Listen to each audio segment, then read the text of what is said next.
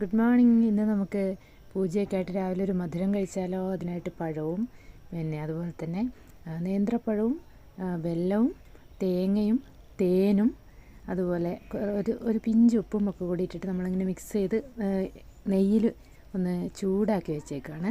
ഇത് നമ്മൾ റവയും അരിപ്പൊടിയും കൂടെ ചേർത്ത് ഇതുപോലെ തിളച്ച വെള്ളത്തിലിട്ട് കുഴച്ച് വെച്ചിട്ടുണ്ട്, ഉപ്പും ചേർത്തിട്ട്. അപ്പോൾ ഈ ഹണി ഒഴിക്കുമ്പോൾ ഒരു പ്രത്യേക ടേസ്റ്റ്, അതുകൊണ്ടാണ് ഞാൻ ഹണിയും കൂടെ ചേർത്തത് കേട്ടോ.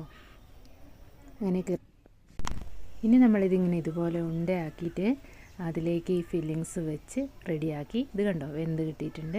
ഇനി നമുക്കിതൊന്ന് മുറിച്ച് നോക്കാം. നല്ല സോഫ്റ്റായിട്ട് കിട്ടും. അരിയും റവയും കൂടി ആകുമ്പോൾ നല്ല സോഫ്റ്റായിട്ടുള്ള ഇത് കിട്ടും കേട്ടോ. കണ്ടോ, നല്ല നിങ്ങൾ ചെയ്തൊക്കെ നോക്കണേ.